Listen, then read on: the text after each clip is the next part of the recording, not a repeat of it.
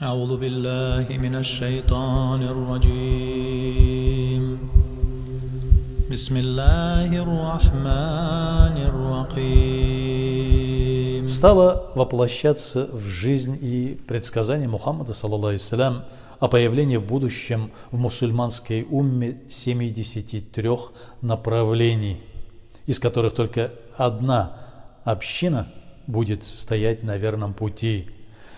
В последние десятилетия появились ученые, в кавычках, которые передают искаженные знания и по вероучению акида, и по религиозному праву фикх, беззастенчиво называя себя приверженцами ахль-сунна валь-джамаа.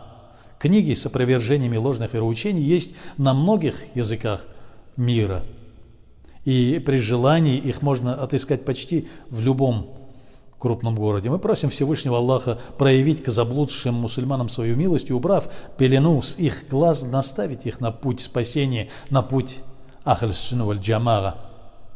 Участились выпуски книг и брошюр, в которых известные и малоизвестные реформаторы пропагандируют свое понимание, приписывая собственные суждения ученым 4 мазхабов истинного ислама.